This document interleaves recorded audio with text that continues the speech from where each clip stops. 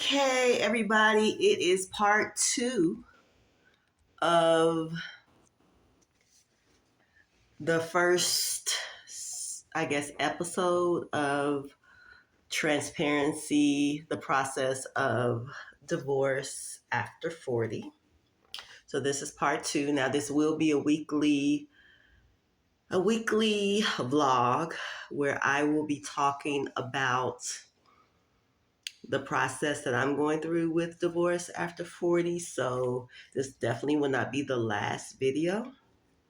But I wanted to get back into the discussion that I was talking about in my first part one video, where I was talking about some of the things that I needed to work on.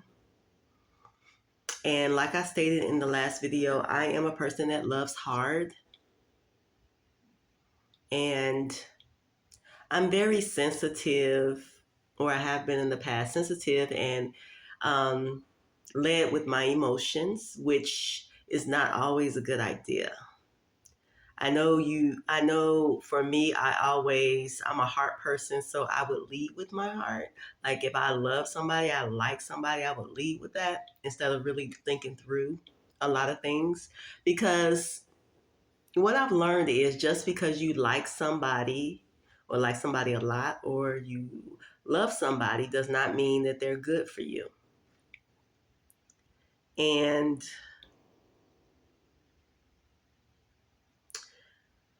I have been in situations where I did like somebody or fell in love with someone and they were not good for me. And I didn't take into consideration a lot of the things that I like, a lot of things that I don't like. Is that person actually able to offer that? Am I able to give of myself as well? So I can say in the marriage that I was sensitive. I was emotional in a lot of things. Like we would have our back and forth banter. It's good to find out what your spouse, their joke meter, or what they like to joke about, or when they're joking, or, that whole temperament. Because, if they're joking about something and then the other person takes it seriously because it has triggered them, right? Then that becomes an issue because the other person feels that they can't joke with you anymore. That's why it's important to understand what your triggers are and understand how that affects you in the relationship. So, with me being emotional, a lot of times I would cry a lot, and some things were cryable. I would ask myself, though, in those situations where, and that's one thing I've always done, was evaluate from different points of view. I think it's important to be able to not only look at your point of view, but look at other people's, or how other people's point of view as well. So for me, I would always, and I always have done this, look at other points of view. Like my point of view is not always right. So you know, I would ask hypothetical questions to others to see what their opinions was. I would kind of go back and forth. And am I getting upset about this situation? Is for no reason? Is it just my emotional side? Um, a lot of times it was, no, you're right on. um, and I think when it comes to two people and them being able to be compatible, especially when it comes to emotional, that is all depending on how they grew up and if they have addressed those things that are issues or traumatic that triggers them to respond a certain way. Whether, it's in a joking way that is very sarcastic, because everybody is not able to handle sarcastic jokes. Now, there are people that have grew up in households where the temperature was very sarcastic with everything. So they learn to be sarcastic in everything, in their daily life, in their relationships, in their marriages, with their children. They're just sarcastic. Now, if you're with someone who has not grown up in that type of environment, then they are not used to the sarcasm that comes with your humor. So it can get some taken used to, or they may never get used to it. So then where does that place the person who is used to being sarcastic? That places them in being having to change, make some tweaks, right? It doesn't mean that you're changing who you are as a person per se. It's just that you're changing some of those things that may be hurtful in your sarcasm. I think it's very important to be able to look at ways that you can change, not your core, but things that you can change that's going to benefit the relationship. Things like how you phrase something. That's not changing your core. That's changing the way that you come across, the way that you relay it, things like that. So that's not changing your character and who you are. So things like that, yeah, if it's going to better the relationship, why not? Because if your ultimate goal is to have a healthy, happy marriage all the way around, you have to look at every aspect of the things that you are doing as an individual to make that happen. And if there's things that does not make your partner happy, that are not core things, then look at those things and see ways that you can change that. Now that is a everyday practice that you have to do, because practice makes what? Perfect, but we're not perfect, but practice makes it become a repetition in a way that you get used to doing that action. If you're not doing action and you're just talking, that means that you cannot be taken seriously. Then trust comes into it. And then the person is not able to trust you with their feelings, with their emotions, with who they are as a person, because you're all talk. You talk a good game, but when it comes to action, nothing can be seen. And that is a problem. So it's hard work. A lot of people don't understand how hard it is to make those changes. That's one of the reasons that I love my brand transparency lifestyle, because I'm looking at me and it's a lifestyle. So that means it's a daily thing that I'm doing as far as working on myself. And I have seen growth. Because if you're working on yourself and you're not seeing growth, then you need to look back at the equation. You need to look back at yourself and see what's really going on. Because for me, I've been working on myself daily, and it's so, so, so, so hard, because you're used to going into those patterns. And to be able to catch yourself when you're in the pattern means that you're changing, means that there's growth. And I've been able to do that in the midst of me doing a pattern. I've been able to reel it back and say, wait a minute, that's a pattern that I don't want to continue. So therefore, let me stop myself and let me do a different action. And that takes dedication. That takes doing it repetitively. And that takes catching yourself and reeling it back. That's a lot. When you've been doing it for years, all your life, that's a lot to do. But if you want to see change, that's something that you have to commit to.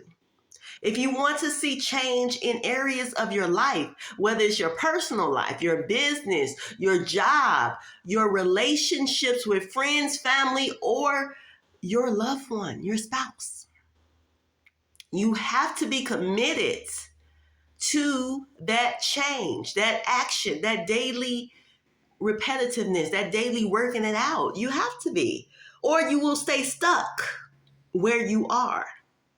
And I'm not one to be stuck. I've never been one to be like, I'm going to do the status quo, or I'm going to settle. I've never been that. That's my core. I'm not going to settle for less than what I know I deserve.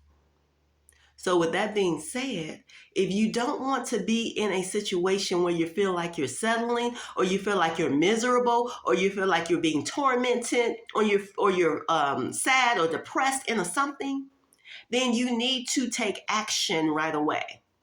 And some people take action by going to counseling to be able to have the two parties come together in an unbiased format where someone is kind of listening and then giving them feedback on things that they can do, tools that they can use to help their relationship become stronger.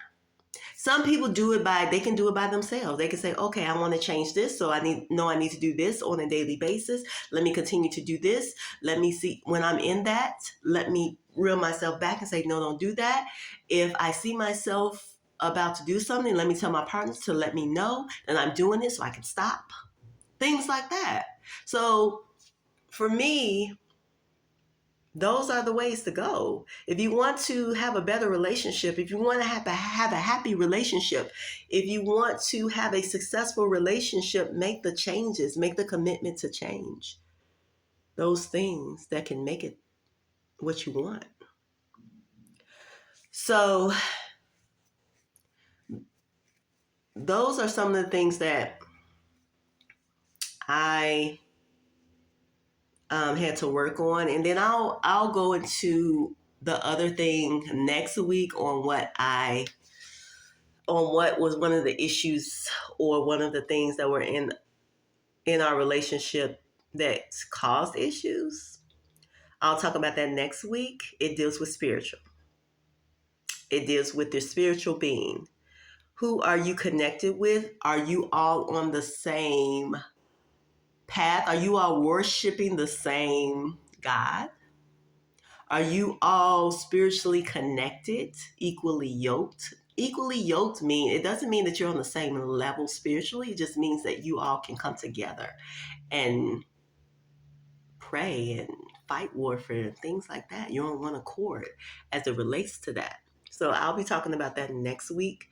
I did talk to, he's still my husband, so I did talk to my husband, and he stated that he will like to come on and talk to you all about his experience of this divorce process. So we are looking at a date that he can do that. He'll make his own video, and then I'll upload it, and you all will be able to see his perspective as it relates to our marriage and some things that roadblocks that we had, challenges, and how he feels about the whole divorce process. So he will be coming on to talk to you all about that. So you'll be able to get his perspective, because I can't tell his perspective because it's his perspective. So, how do I feel today? I feel kind of down. I'm not sure why. I think sometimes I have days where I'm emotional. I have days where I'm not too emotional, but I'm kind of like in an kind of day where I'm reflecting and I'm just like in this house by myself. And yeah, I have those days because I'm not used to being in the house by myself per se for a whole day or all night. So it is me getting used to that. So I'll keep you posted. I think I'm going to have this, how do I feel today at the end of each video so you all can kind of know how I'm feeling for that day. But that's how I feel. I don't have the kids with me full time.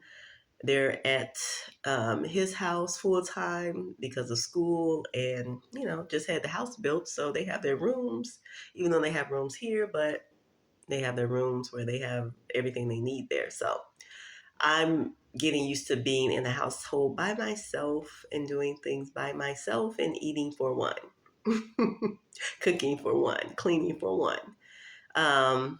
It is some ups to that, and there are some getting used to it too. So I want to thank you all for tuning in for part 2. I will see you all next week because this is a weekly vlog. Thank you. Share, share, share, please, because there are people that's going through the same thing or they're about to enter into it. And to be able to see somebody that's going through it and to be able to provide their perspective is something that can change their life. So share this with people who need this. And please subscribe and like my video. That is what you call supporting. And I appreciate you guys. I appreciate you so much for being with me on this journey. Definitely comment, give me some love in the comments. But I want to leave you all with peace, love, and all this light. Until next Tuesday. Bye bye.